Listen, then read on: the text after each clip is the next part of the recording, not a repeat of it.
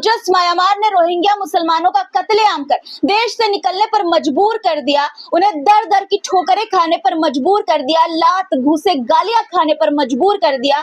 आज वही म्यांमार दहल गया है, धरती कांप उठी है, इमारतें हिल गई है और लोग चीख पुकार रहे हैं। म्यांमार और थाईलैंड में एक के बाद एक दो भूकंप आए हैं, जिसके झटके सदियों में सबसे खतरनाक बताए जा रहे हैं। तस्वीरें देखकर यकीन मानिए आपकी रूह कांप जाएगी। आज के इस वीडियो में आपको तस्वीरें दिखाऊंगी कि कैसे तिनके की तरह इमारतें बिखर रही हैं। अमेरिका ने एक बार फिर से यमन पर बड़ी बमबारी कर दी है। इस बार निशाना बना है सिविलियन एयरपोर्ट और रिहायशी इलाके, हुती नियंत्रित इलाके और मस्जिद भी। क्या ये हमला सिर्फ यमन पर है? इसके पीछे इस्राइल को बचाने की साजिश छुपी है, क्योंकि जब यमन ने इस्राएली जहाजों को रोका तभी अमेरिका और ब्रिटेन ने हमला कर दिया। इन सवालों की जवाब आज के इस वीडियो में आपको दूंगी। गजा में हमास के खिलाफ प्रदर्शन हुआ है, इसकी हकीकत क्या है, इस पर भी आज बात करेंगे। अमेरिका और इस्राइल का जुल्म अब नए मुकाम पर पहुंच गया है। एक तरफ इस्राएली सैनिक खुद को गोली मार रहे हैं, तो दूसरी तरफ अमेरिका यमन पर हमला कर रहा है और जो लोग इंसाफ की आवाज उठा रहे हैं उन्हें जेल में ढकेला जा रहा है, जबरन डाला जा रहा है। ये कौन सा लोकतंत्र है जहां सच बोलना गुनाह बन गया है, बताऊंगी आपको। इसलिए आज का पूरा वीडियो जरूर देखिएगा, क्योंकि आज ये भी आपको बताऊंगी कि क्या अमेरिका के आगे भारत मोदी सरकार झुक गई है। अंत तक बने रहिएगा वीडियो में। और वीडियो को शुरू करने से पहले आपसे गुजारिश कि लाइक जरूर से कर दिया करिए और सभी को अलविदा जुमा बहुत बहुत मुबारक। मेरे भाइयों बहनों और दोस्तों से यही गुजारिश है कि कमेंट में अपनी राय जरूर लिखा करिए। चलिए शुरू करते हैं वीडियो। द लाइव टीवी, सच सबसे आगे।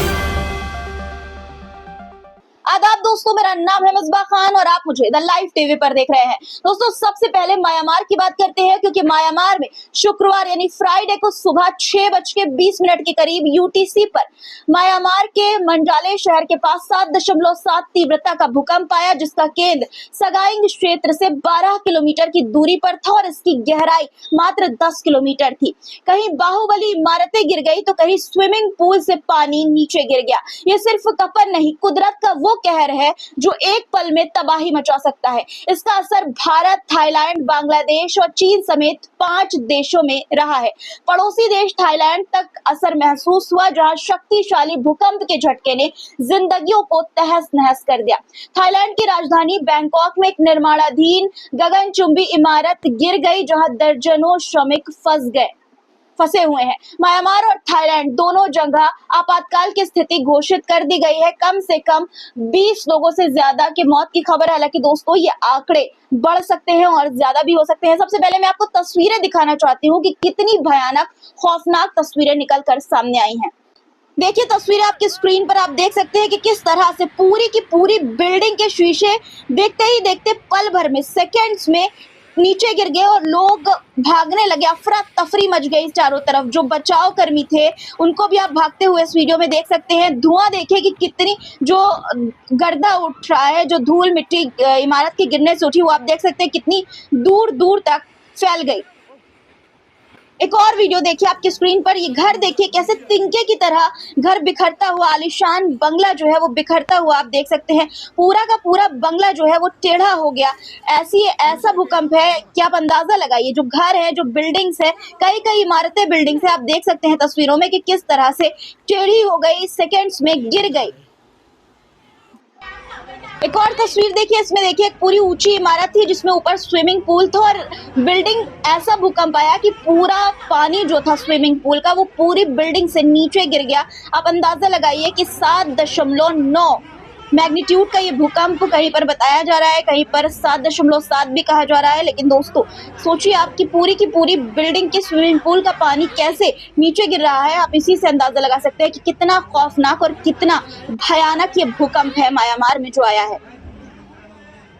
तस्वीरों में आप देख सकते हैं लोगों को बचाया जा रहा है, रेस्क्यू ऑपरेशन लगातार जारी है। घरों में, मलबों में जो लोग दबे हैं उन्हें निकालने की कोशिश लगातार की जा रही है। वीडियो में आप देख सकते हैं रोड पर गाड़ियां चल रही है और अचानक से सारी गाड़ियां भूकंप के झटके महसूस करके रुक जाती हैं और देखिए कैसे पूरी इमारत किसी तिनके की तरह जैसे एक हवा के झोंके से गिर गई। एक और तस्वीर देखिए, बिल्डिंग के स्विमिंग पूल से पानी गिरता हुआ इसमें भी नजर आ रहा है कि कैसे किस तरह से पानी गिर रहा है और पूरी बिल्डिंग कांप रही है। ऐसा भूकंप था कि पुल तक गिर गए हैं म्यांमार में। तस्वीर देखिए, पुल गिरने की भी तस्वीर आपको साफ तौर पर नजर आ रही होगी। भूकंप से लोग डर कर भागते हुए नजर आ रहे हैं, कोई सर बचा रहा है तो कोई अपनों को ढूंढ रहा है। देखिए कैसी कैसी आफत मची है, भगदड़ मची है म्यांमार में इस वक्त। एक और खौफनाक तस्वीर मैं आपको दिखाना चाहती हूँ। देखिए आपकी स्क्रीन पर सीसीटीवी फुटेज की ये तस्वीर लग रही है और देखिए लोग, भूकंप की वजह से लोग भागते हुए नजर आ रहे हैं और अचानक से बिल्डिंग से कहीं से पानी आता है और सारे लोगों को बहाकर अपने साथ ले जाता है। रोड पर ही भयानक भूकंप की वजह से पानी जो है वो गिर के आता है। सोचिए कितना भयानक ये भूकंप था। इन तस्वीरों से आप अंदाजा लगा सकते हैं। एक और तस्वीर देखिए, किसी होटल का, किसी स्विमिंग पूल के होटल का ये वीडियो नजर आ रहा है और देखिए कैसे पानी, देखिए कैसे उछल रहा है, उफान मार रहा है भूकंप की वजह से।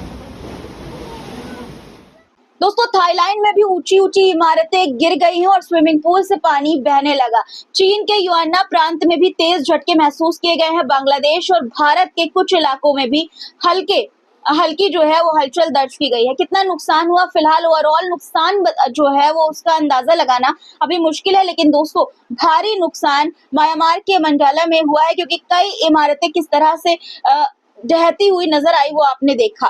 बाहुबली इमारतें झुकी हुई नजर आई और कई जगहों पर इमारतों की दीवारें दरक गई हैं।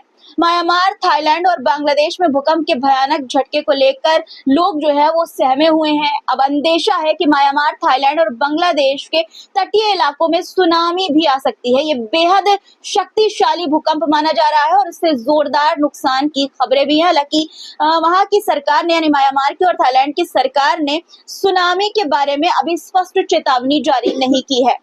सोशल मीडिया पर थाईलैंड को लेकर भी लोग ये कह रहे हैं कि भूकंप का केंद्र म्यांमार में बताया जा रहा है, जिसका असर थाईलैंड के बैंकॉक शहर में भी देखने को मिला। और कुछ लोगों ने सोशल मीडिया पर ये लिखा कि बैंकॉक भूकंप में 1000 से ज्यादा लोगों की मौत, पूरा शहर मलबा बन गया। हालांकि दोस्तों इसमें कितनी हकीकत है ये अभी खबरों के आने तक सस्पेंस इस पर बना हुआ है कि कितने लोग मारे गए हैं, क्योंकि लगातार मैंने बताया कि मलबे में लोग दबे हैं, जिससे मौत के आंकड़े बढ़ते हुए नजर आ सकते हैं। दोस्तों ये वही म्यांमार है जहां से रोहिंग्या मुसलमानों का कत्लेआम कर, उनका नरसंहार कर उन्हें वहां से निकाल दिया गया था, वहां से भगा दिया गया था। दरअसल 1982 में म्यांमार सरकार ने एक नया नागरिकता कानून पास किया था, जिसमें रोहिंग्या जो है वो राजविहीन हो गए और उन्हें देश से निकाला जाने लगा। 2012 में इसी तरह रखाइन प्रांत में दंगे हुए जिसमें रोहिंग्या मुसलमानों को टारगेट किया गया। 2017 में म्यांमार सेना ने रोहिंग्या गांवों पर हमले किए, हजारों लोग मारे गए और लाखों लोग देश छोड़कर बांग्लादेश, भारत, मलेशिया और अन्य देशों में शरण जो है लेने लगे, उनको वहां पर आसरा लेना पड़ा। संयुक्त राष्ट्र ने जो सेना की कार्रवाई थी, जो हमले थे, उसे जातीय सफाया यानी कि एथनिक क्लेंजिंग बताया था। सोचिए दोस्तों, जिस म्यांमार ने इतना जुल्म किया रोहिंग्या मुसलमानों पर, जिस तरह का आज गजा का हाल है, उसी तरह का उस वक्त म्यांमार का हाल था। और आज देखिए किस तरह का, कहते हैं ना कि किसी का जो हाय होती, किसी की बद्दुआ होती है, वो खाली नहीं जाती। और देखिए किस तरह की हालात, किस तरह की सिचुएशन आज म्यांमार में बन गई है कि लोग स्विमिंग पानी का झटका आ रहा है, लोगों को उड़ाकर ले जा रहा है, तिनके की तरह बिल्डिंग्स जो है वो गिरती हुई नजर आ रही हैं। हालांकि दोस्तों ये कुदरत का कहर ही है, आपदा ही है, लेकिन जो चीजें जो आप करते हैं उसका फल कहीं ना कहीं, किधर न किधर से आपको मिलता ही है। चलिए अब अगली खबर पर आते हैं। अगली खबर अमेरिका से रिलेटेड है दोस्तों। अमेरिकी सेना ने शुक्रवार को तड़के यमन की राजधानी सना में भीषण हवाई हमले कर दिए हैं। अमेरिका के B-2 स्टिल्थ बॉम्बर हमले में शामिल थे। हमलों की तीव्रता पहले से ज्यादा भयानक थी। कम से कम 17 हवाई हमले किए गए, जिसमें सना इंटरनेशनल एयरपोर्ट, हुती नियंत्रण इलाकों और रिहायशी इलाकों को निशाना बनाया गया। अल लुहैया यानी कि हुदैदा और अल ज़ौफ में भी भारी बमबारी हुई, यानी कि राजधानी सना समेत कई जगहों पर मिसाइलें बरसाई गई अमेरिका द्वारा। प्रेस टीवी की रिपोर्ट के अनुसार इन हमलों में कई यमनी नागरिक घायल हो गए हैं और घरों और दुकानों को भारी नुकसान पहुंचा है। अमेरिका के हवाई हमले से सना के अल क्यादा स्ट्रीट पर एक मस्जिद को भी निशाना बनाया गया है। तस्वीरें आपकी स्क्रीन पर आप देख सकते हैं कि किस तरह से जो तबाही है वो मस्जिद में हुई है। शीशे आप टूटे हुए देख पा रहे होंगे। इस हमले में कई नमाजी जख्मी भी हुए हैं। आप सोचिए क्या ये आतंकवाद नहीं है? और भी मजे की बात सुनिए जरा। अमेरिका ने यमन के उस सना शहर पर बमबारी की है जहां अमेरिकी पत्रकार जैक्सन हिंकल वर्तमान में रहते हैं। अब सवाल उठता है कि क्या अमेरिका अपने ही नागरिकों को मारना चाहता है?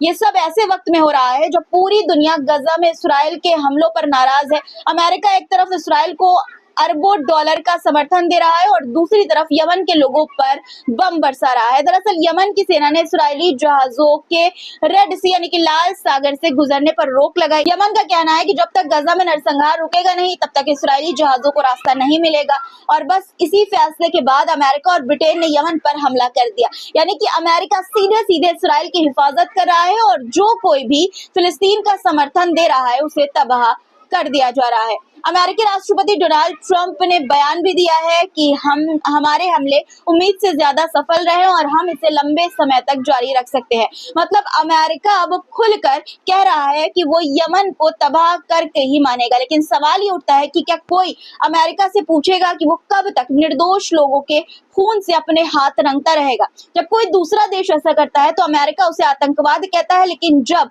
वो खुद बम बरसाता है तो उसे आत्मरक्षा कहा जाता है। आखिर ये कौन सी लड़ाई है जिसमें सिर्फ मरते बेगुनाह हैं, सिर्फ नुकसान बेगुनाह मासूमों का होता है?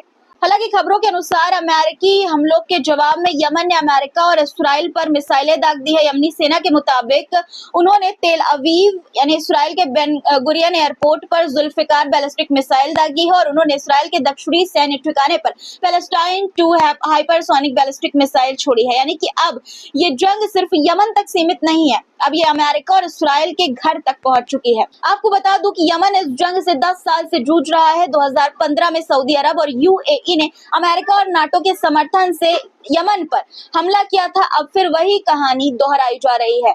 बस इस बार अमेरिका और ब्रिटेन खुद मैदान में आ चुके हैं। वहीं गजा में इसराइल के हमले को लेकर यमन के नेता का साफ ये बयान आया है कि इसराइल ने अमेरिकी गारंटी के बावजूद युद्ध विराम का उल्लंघन कर दिया है, तोड़ दिया है। अब सवाल ये है कि कब तक अमेरिका सिर्फ तमाशा देखता रहेगा? इसराइल ने उसकी गारंटी के बावजूद युद्ध विराम का उल्लंघन किया और अब गजा का साथ देकर अमेरिका ही यमन पर इसराइल के समर्थन में हमले कर रहा है। मकसद साफ है, अमेरिका का फायदा। अमेरिका का ट्रंप का जो गजा को लेकर प्लान है वो आप जानते ही हैं। ट्रंप वो प्लान अपना बता चुके हैं, गजा पर कब्जा करना। और अब तो यमनी नेता ने भी ये कहा है कि इसराइल इस पूरे क्षेत्र पर कब्जा जमाने की साजिश कर रहा है, या तो सीधे कब्जा करके या फिर युद्ध छेड़कर।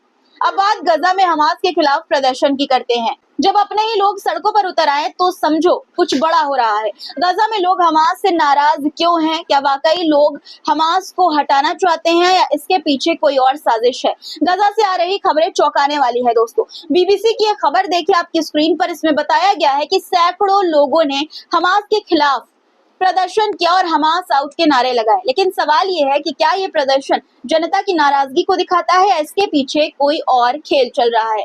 ये समझने के लिए सबसे पहले सिचुएशन और बैकग्राउंड समझिए। 18 मार्च से इसराइल ने फिर से गजा पर हमला शुरू कर दिया है। लगातार बमबारी हो रही है, हजारों लोग बेघर हो चुके हैं। हमास और इसराइल के बीच युद्ध अक्टूबर 2023 से जारी है और इस बीच अमेरिका ने युद्ध विराम का प्रस्ताव रखा, लेकिन दोनों पक्षों ने एक दूसरे पर समझौता तोड़ने का आरोप लगाया। अब ये जो प्रदर्शन हुआ उसकी वजह भी जान लीजिए। युद्ध से थक चुके लोग, यानी कि लोग जो है वो युद्ध से थक चुके हैं। गजा के लोग अब शांति चाहते हैं, वे मरना नहीं चाहते। एक महिला ने बीबीसी को ये बताया कि हम ना सो सकते हैं, ना खा सकते हैं, ना पी सकते हैं, ये जिंदगी नहीं अपमान है। दूसरा कारण भूख, गरीबी और तबाही है। कई लोग ये कह रहे हैं कि अगर हमास सत्ता से हटेगा तो शायद मानवीय सहायता यानी कि जो ह्यूमैनिटेरियन एड है वो बढ़ेगी और हालात सुधरेंगे। राजनीतिक अस्थिरता भी एक कारण है। गजा में 2007 से हमास सत्ता में है, जबकि वेस्ट बैंक में फतह पार्टी की सरकार है। इस बंटवारे ने फिलिस्तीनी जनता को नुकसान पहुंचाया है। अब सवाल ये भी है कि क्या ये प्रदर्शन प्रायोजित था, यानी कि प्री प्लान्ड था, प्लान किया गया था? कुछ जानकार इसे जनता का स्वाभाविक गुस्सा बता रहे हैं तो कुछ इसे पश्चिमी देशों की एक साजिश भी बता रहे हैं। बीबीसी की रिपोर्ट के अनुसार कुछ प्रदर्शनकारियों ने पहचान छुपाने की शर्त पर यह कहा कि उन्हें डर है कि अगर वे हमास के खिलाफ खुलकर बोलेंगे तो उनके परिवार पर हमला हो सकता है। एक फिलिस्तीनी एक्टिविस्ट अब्दुल हमीद अब्दे अती ने यह कहा कि अधिकांश प्रदर्शनकारी और प्रदर्शनों के आयोजक राजनीतिक रूप से स्वतंत्र युवा लोग हैं जिनके किसी राजनीतिक गुट से संबंध नहीं है। वहीं गजा के बाहर रह रहे ऐसे कई लोगों ने बीबीसी की रिपोर्ट के अनुसार बीबीसी से ये बताया, जिनका ये कहना है कि इस प्रदर्शन में उनका हाथ था। हमास का रुख क्या आया है इस प्रदर्शन को लेकर, ये भी लोग जानना चाहते हैं। तो हमास के समर्थकों ने इस प्रदर्शन को जो प्रदर्शनकारी हैं उससे जो है असहमति जताई है, उसकी अहमियत को कम करने के लिए दिखाने की कोशिश की और इसमें भाग लेने वालों को गद्दार करार दिया। उनका कहना है कि इस्राएली हमले जारी हैं, ऐसे समय में जनता को एकजुट रहना चाहिए। दूसरी तरफ इस्राएली सेना की बर्बरता की हद जो है वो बढ़ती जा रही है। कुछ न्यूज की एक रिपोर्ट के अनुसार फिलिस्तीन के जनीन में एक घायल शख्स को ले जा रही एम्बुलेंस को इस्राएली सैनिकों द्वारा रोक दिया गया। तस्वीरें भी आप एम्बुलेंस की देख सकते हैं कि किस तरह से एम्बुलेंस को रोका गया। मतलब जख्मी इंसान की जान जाए तो जाए, लेकिन इस्राएल को कोई फर्क किसी बात से नहीं पड़ता। इतना ही नहीं, नबलुस के बीत फुरिक इलाके में सैकड़ों रोजदारों को अपने ही घर जाने से रोक दिया गया। लोगों को घंटों तक चेक पॉइंट पर इंतजार कराया गया ताकि वे इफ्तार ना कर सके। इन अत्याचारों के बीच इस्राएली सैनिकों की आत्महत्या भी जारी है। इस्राएल की सेना यानी कि आईडीएफ का एक और सैनिक रोनन पोर्टनोई अपने ही बेस में मृत यानी मरा हुआ पाया गया। आधिकारिक बयान में कहा गया कि उसने आत्महत्या की है। अब सवाल ये उठता है कि क्यों?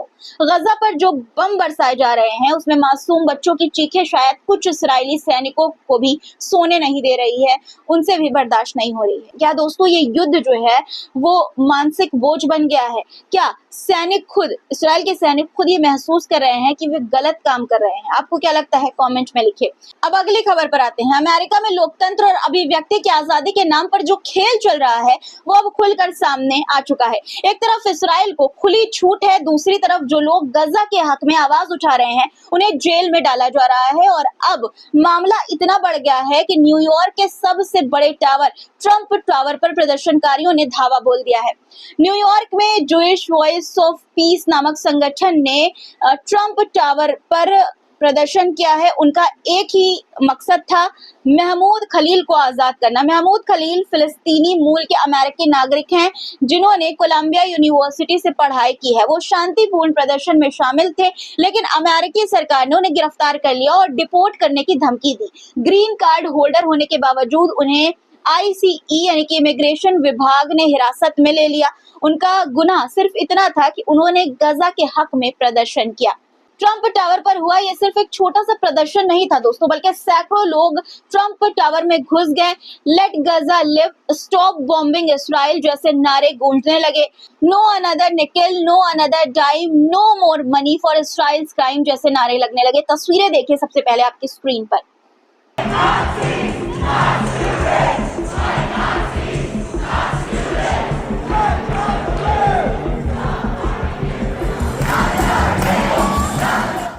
अब सोचिए, जो लोग नाजियों के खिलाफ लड़ते थे वही आज फिलिस्तीन के हक में खड़े हैं। लेकिन अमेरिका क्या कर रहा है?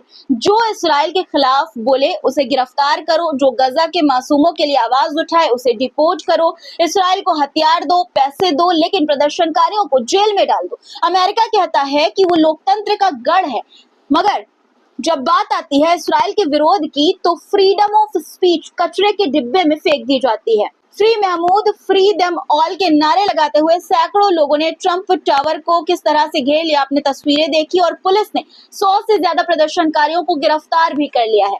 अभी महमूद जेल में है, लेकिन कोर्ट ने उनकी डिपोर्टेशन पर रोक लगा दी है। मगर ये लोकतंत्र है? आप खुद सोचिए, जहां शांतिपूर्ण विरोध करने पर जेल में डाला जाए, वो लोकतंत्र कतई नहीं हो सकता।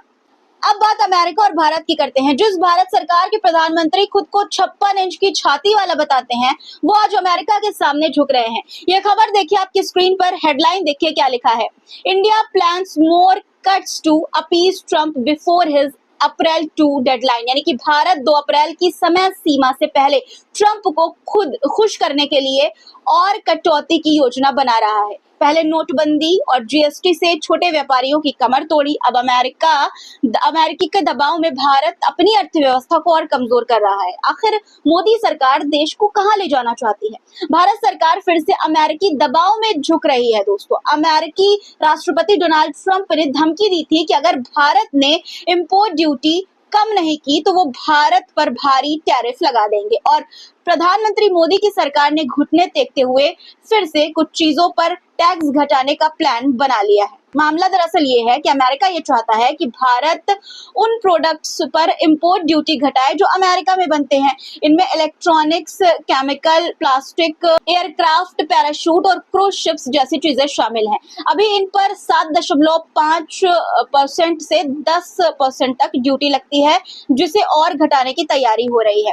इसका असर क्या होगा सोचिए। भारतीय इंडस्ट्री को भयानक झटका लगेगा। भारत में बनने वाले प्रोडक्ट्स की डिमांड और कम हो जाएगी। छोटे और मझोले जो उद्योग हैं, यानी कि एमएसएमई पहले ही नोटबंदी और जीएसटी से पूरी तरह बर्बाद हो चुके हैं और अब और भी मुश्किलें बढ़ेगी। किसानों को नुकसान होगा। अमेरिका के साथ ट्रेड बैलेंस करने के लिए भारत को कुछ सेक्टरों से समझौता करना पड़ेगा, जिसमें कृषि सेक्टर भी शामिल हो सकता है। पहले से कर्ज में डूबे किसान और मुश्किल में आ सकते हैं। अर्थव्यवस्था पर बुरा असर भी पड़ेगा। अर्थव्यवस्था का हाल पहले से ही धीरे धीरे आगे बढ़ रहा है और अब जो है पहले ही बेरोजगारी बढ़ी हुई है और अब ये नया झटका इंडस्ट्री को और भी ज्यादा डुबा सकता है।